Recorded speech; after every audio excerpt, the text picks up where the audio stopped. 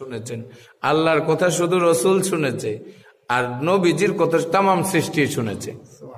তাইলে আপনাকে এরকম ভাবে খাঁটি হওয়ার জন্য খাঁটির কাছে যেতে হবে। সবাই খাঁটি ঘি চায়, সোজা আঙ্গুলে ঘি উঠে না, পাকা করতে হয়। তদ্রুপ ভাবে মুর্শিদ ছাড়া আল্লাহ রসুল খুঁজে পাওয়া যাবে না। বড় পীরের মুর্শিদ ছিল মখজুমি, হজরত মখজুমি রহমতুল্লাহ আলাই, এবং খাজা মাইনুদ্দিন চিশতি আজমিরেরও মুর্শিদ ছিল কে?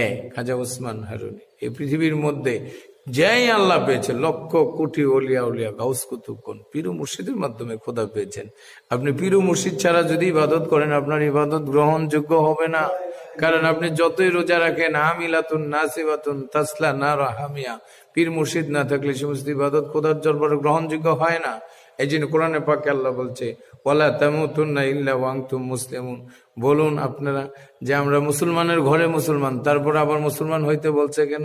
যে মুসলমান শব্দের অর্থ আত্মসমর্পণ করা। কার কাছে আত্মসমর্পণ করবেন? আপনি তো মুর্শিদই ধরেন নাই। মুর্শিদ ধরে মুর্শিদের কাছে আত্মসমর্পণ করে ইসলামে মুসলমান হতে হয়।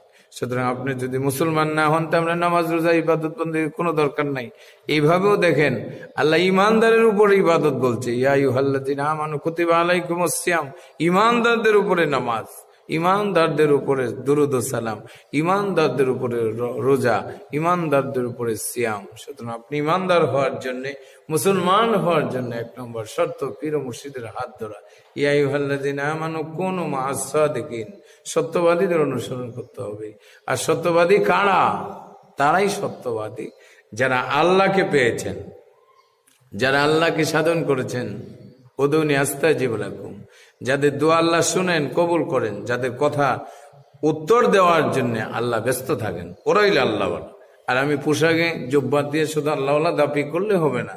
জমি দাবি করলে যেরকম জমি তার হয় না, তদ্রুপ ভাবে গাড়ি কিনলে যেমন রাস্তায় নামান যায় না, তার কাগজপত্র লাগে। আমি পোশাকে বেশে বেসন ভূষণে দরবেশ সাজলেই দরবেশ হওয়া যায় না। একজন পীর ও মুর্শিদের মাধ্যমে কামেল হয়ে ইবাদত বন্দি করতে হবে।